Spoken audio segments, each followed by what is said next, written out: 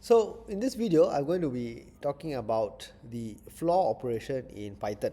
Alright, so what is the floor operation? Now let's do a normal division first. So I have two variables here, a is 15, b is 4. So if I say print a divided by b,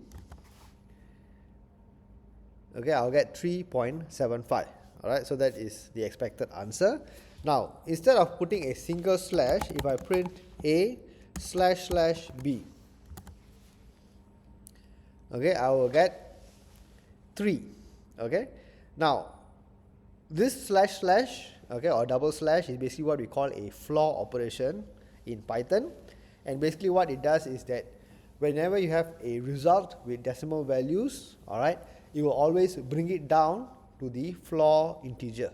Okay, so in this case you have the actual answer, which is 3.75. so it is between the integers 3 and 4. So the floor operation brings it down to the integer value of 3.